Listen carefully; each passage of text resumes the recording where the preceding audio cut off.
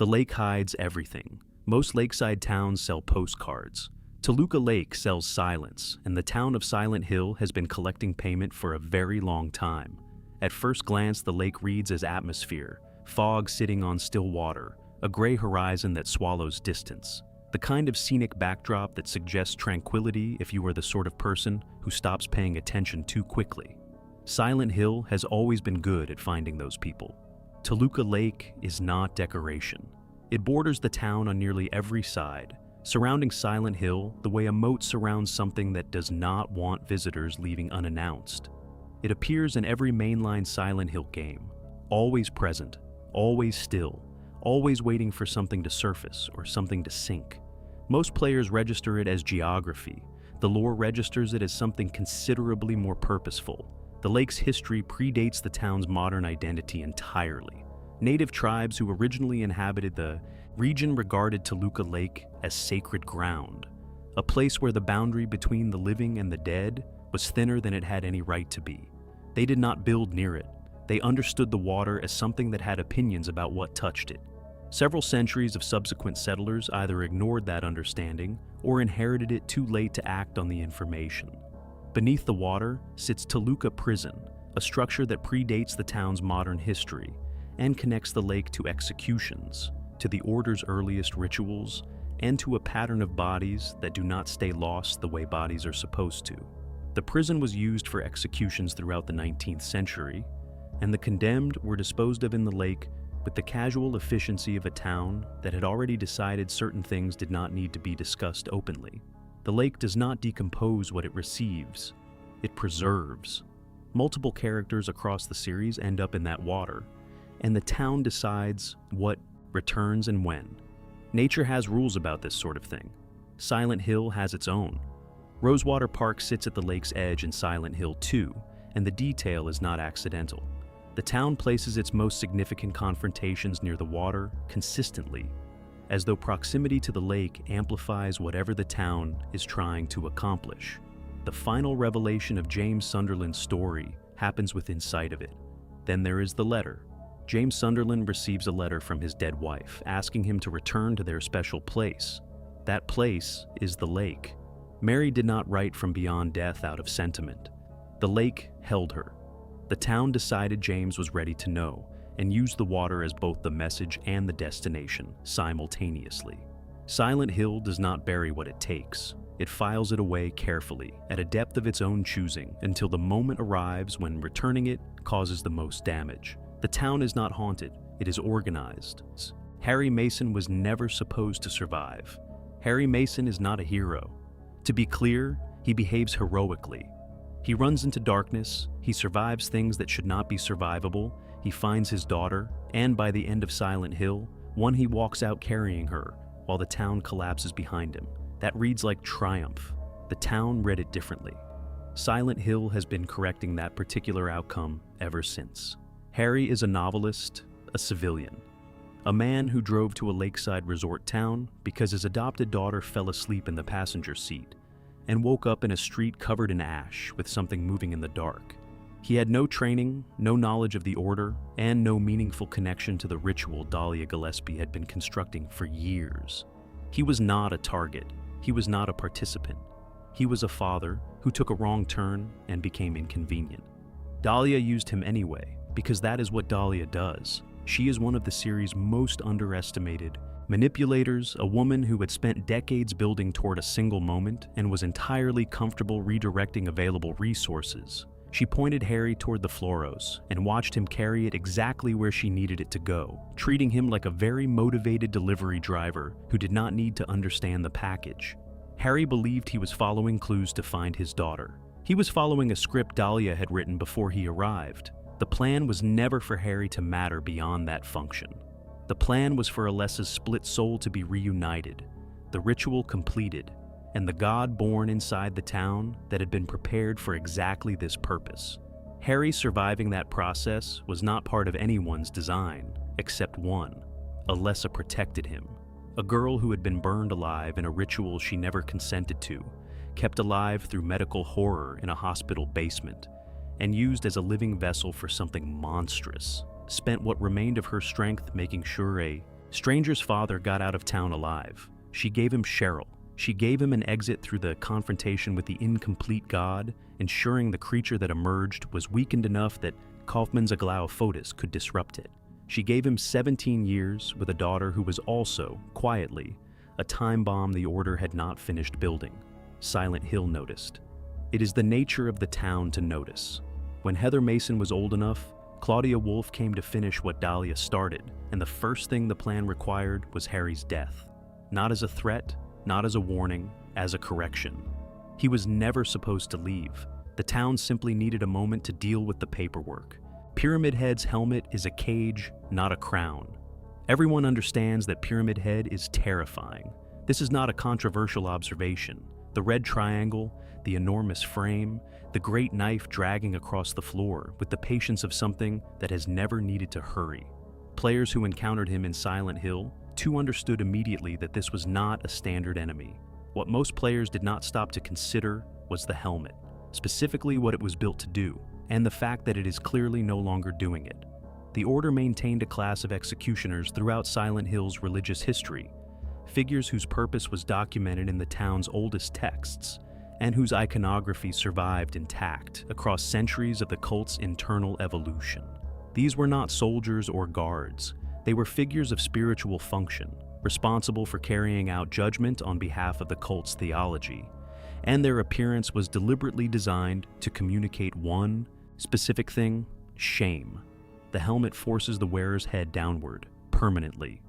The weight alone would be incapacitating for any ordinary person, the neck unable to compensate, the posture impossible to maintain without constant grinding effort. That was entirely the point. An executioner who cannot raise their eyes cannot look upon the faces of those they judge, cannot find them familiar, cannot hesitate. The paintings and imagery found throughout Silent Hill 2's environments show these historical executioner figures in deliberate poses, heads bowed beneath their triangular helmets, great blades trailing behind them. The town has a memory for these things. It keeps records in its walls. Pyramid Head wears the helmet differently. He does not strain beneath the weight. He does not tilt forward with the effort of carrying something designed to break posture and spirit simultaneously. He advances with it as though it is simply where his head has always been, because for him, the punishment has long since stopped being a punishment. It is just a face now. The shame function has been absorbed so completely that it has become identity, which is a different and considerably more disturbing outcome than the helmet's designers intended. What Silent Hill did with James Sunderland was reach backward into its own mythology and find an executioner that predated every game in the series, an ancient instrument of judgment, repurposed for one man's specific guilt. James came to Silent Hill carrying a weight so complete, so thoroughly internalized, that the town did not need to invent a monster for him. It recycled one. It reached into its own history, found something ancient and purposeful, and pointed it at a man who had already convicted himself long before he crossed the town limits. He was designed to punish. The helmet was designed to ensure he felt the weight of what he was doing. He felt it so long ago that the weight became him. That distinction between a creature carrying punishment and a creature that has simply become it is the most disturbing thing about that triangle, and it has nothing to do with the knife. The nurses were never nurses. Silent Hill 2 puts nurses in the hospital and players fight through them without fully stopping to ask why they look the way they look. The head is wrong. It tilts at an angle that suggests the neck has reached a private agreement with gravity. The uniform is familiar, but the body beneath it moves in ways that a uniform has no business covering. They react to sound and light like creatures that learn sensitivity the hard way. And they advance with a rhythm that is not quite aggression and not quite invitation, and is somehow considerably worse than either. Most players file them under hospital monsters and keep moving. The lore does not allow that reading to survive careful attention. Silent Hill 1 has nurses too, and they are meaningfully different in ways that matter. They emerge from Alessa's experience of Alchemilla Hospital, drawn from years of needles and procedures and adults in medical authority, performing things on her body without her consent or comfort. Those nurses are medical trauma, wearing a uniform as a second skin. They make complete psychological sense for a girl who spent years as a captive patient. They are exactly what violation looks like when it is finally given the freedom to move toward the person who inflicted it. James Sunderland's nurses are not that. James has no history with hospital trauma. What James has is 3 years standing beside a hospital bed, watching his wife Mary die by degrees, and feeling, alongside the genuine grief and devotion, things a loving husband was not supposed to feel: resentment at the duration, relief at the thought of it ending, the specific corrosive guilt of being a healthy body in a room where someone else was losing theirs, and occasionally wanting to leave, and sometimes, worse than that, wanting it to simply be over. The nurses are that. The blindfolded head means they cannot meet his eyes, cannot confront him with direct acknowledgement, which is the precise dynamic. James constructed around his guilt for 3 years. The sensitivity to sound means that silence, specifically James's silence about what he did, becomes the environment they thrive in. Every anatomical choice is a confession he never made, rendered in corrupted flesh and a borrowed uniform. The town did not reach for generic horror imagery when it built James's hospital. It read him with the thoroughness of something that had unlimited access and no obligation to look away. And it designed every detail of those nurses from what it found. The disturbing part is not the uniform. It is how well it fits, not the nurses. Lisa Garland already knew she was dead. Lisa Garland is the most quietly devastating character in Silent Hill 1, which is not a competition with an obvious winner. She appears in Alchemilla Hospital, frightened and confused, telling Harry she simply lost consciousness and woke up to find everyone gone. She guides him through the fog. She gives him information. She is warm in the way that people are warm when they are desperately trying to hold on to the shape of a life they used to have. The game lets you believe she is a survivor for a long time. Then it tells you what she already knew and could not bring herself to say out loud. She died before Harry arrived. She has been dead the entire time. The mechanics of how Lisa died are left deliberately unclear by the games. Masahiro Ito suggested she most likely died of a PTV overdose, the drug Kaufman had been using to blackmail her into caring for Alessa against her will. But the fact of her death is not in question. What the game does with that fact is considerably more interesting than the fact itself. Lisa retained her human form in the other world, distinct from the other nurses who were warped beyond recognition because of one specific relationship. Alessa Gillespie had formed a deep attachment to her. Alessa spent 7 years in Alchemilla's basement, burned and kept alive against her will, cared for by a nurse who was herself being coerced. Lisa was not there by choice. Kaufman had made her addiction his leverage, and her presence at Alessa's bedside was the price of her next supply. She asked to quit. She was refused.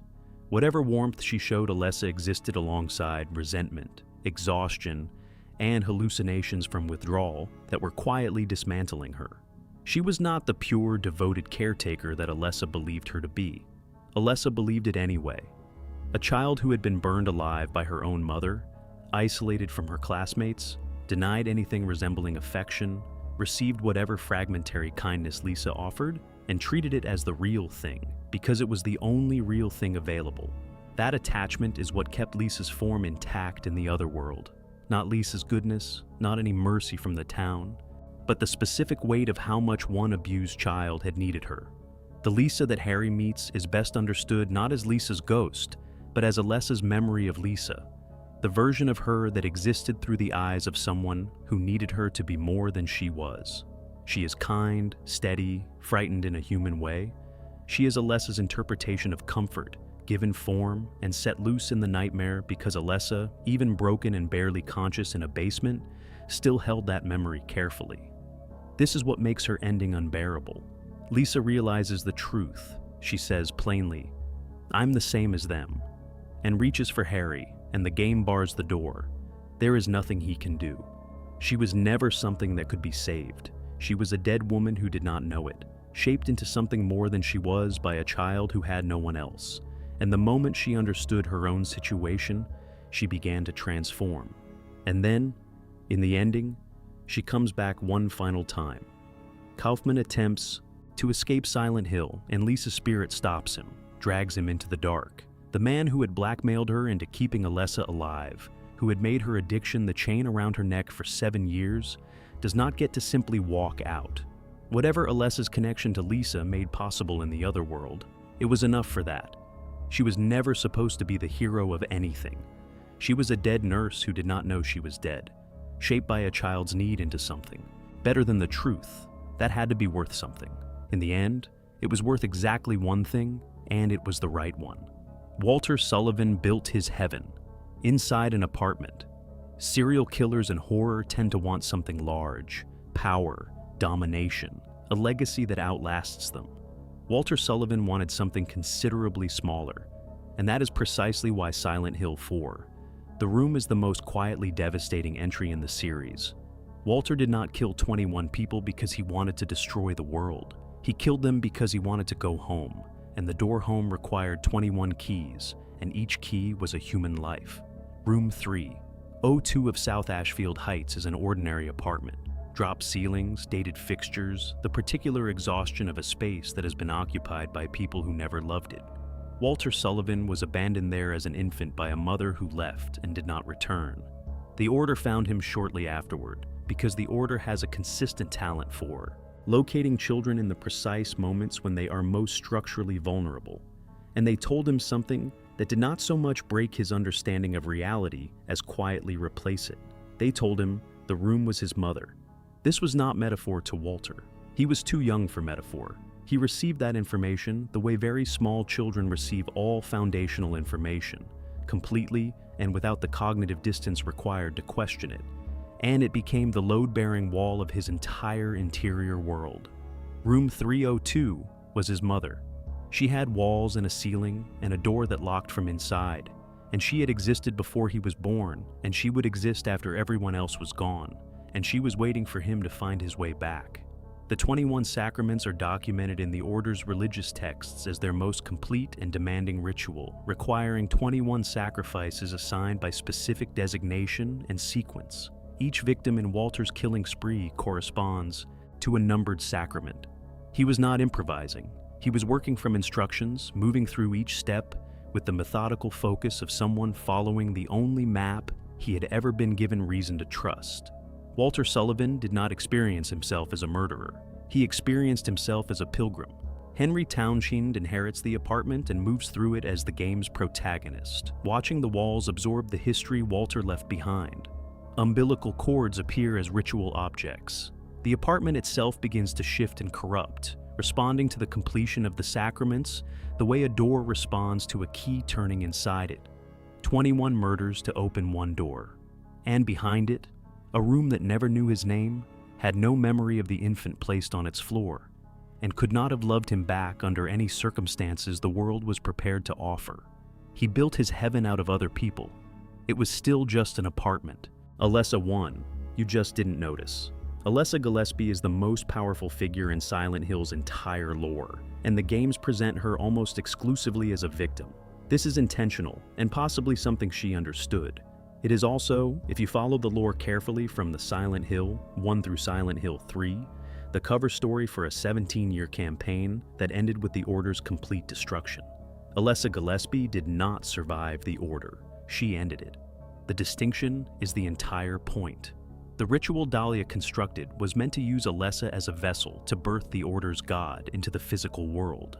Dahlia had spent years preparing her daughter for this function, isolating her, cultivating her power, ensuring there was no avenue of escape. What she had failed to account for was that the power she was attempting to harvest was not separate from the person containing it. When the ritual began, Alessa split her soul. She separated half of herself and sent it into the world as a newborn infant, placing it beyond the Order's immediate reach and ensuring the ritual's central requirement, a complete and unified vessel, no longer existed. She destroyed the ritual's foundation using the only resource she had sole ownership of, herself. The cost was everything.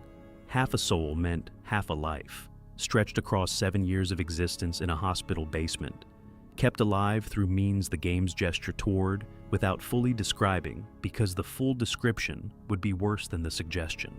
Dahlia kept her in deliberate agony, using her suffering as a beacon to call the missing half of her soul back to the town. The Order was pulling Cheryl toward Silent Hill. What Dahlia did not account for was that Alessa was also calling, for different reasons entirely. Alessa reached out to Cheryl not to complete the ritual, but to end herself. Her plan, confirmed in the game's own lore, was to reunite the soul and use that restored power to die, taking the god inside her with her. She wanted to kill the thing Dahlia had put inside her by killing herself before it could be born. She almost managed it. Dahlia captured them at the last moment, merged the souls on her own terms, and the god was born. But it was born weak, improperly nurtured, emerging from a ritual that had spent 7 years being quietly sabotaged by its own vessel. And Kaufman's Oglau Fotis finished what Alessa had started.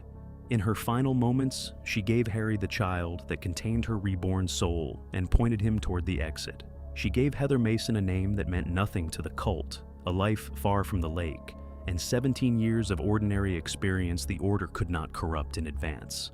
She built the instrument of the Order's destruction and hid it in Portland, living quietly, not knowing what it was.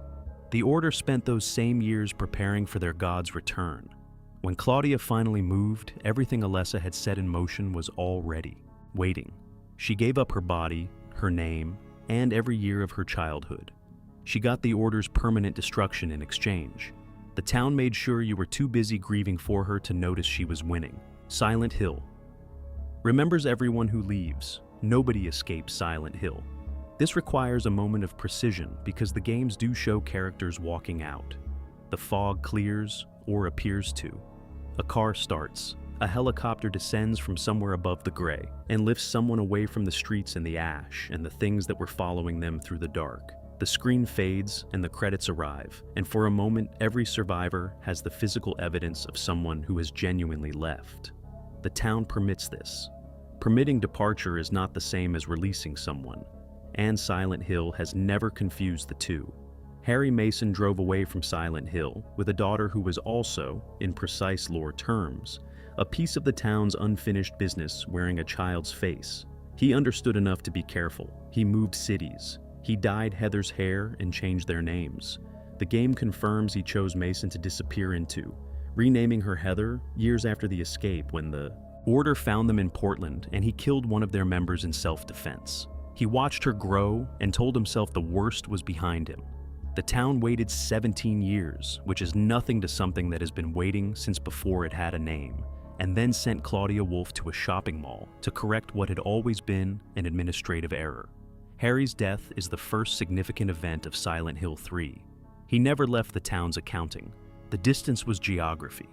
The connection was not. James Sunderland's multiple endings describe the shape of that connection from different angles. The endings in which he leaves Silent Hill do not depict recovery. They depict relocation.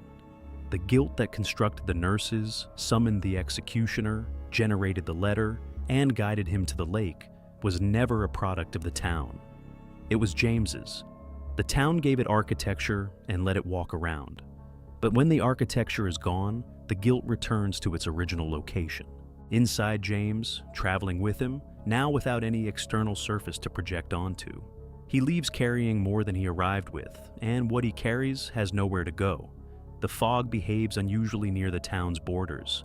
Heather's journey into Silent Hill 3 involves distances that do not correspond to the geography.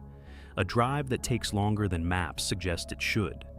The town asserting preferences about when arrivals occur. Characters across multiple games describe the approach to Silent Hill as something that happens to them rather than something they do. The question the series never fully answers is whether the same mechanism applies to departures. Vincent makes calculations about the Order's internal politics that only make sense if he understood the town as an active participant in those politics rather than a passive backdrop. Everyone who enters Silent Hill leaves having been read completely, their specific inventory of guilt and grief and secret mapped with a thoroughness that no amount of distance subsequently erases. The town does not pursue the people it releases. It does not need to. It already has everything it needs, filed carefully at whatever depth serves its purposes.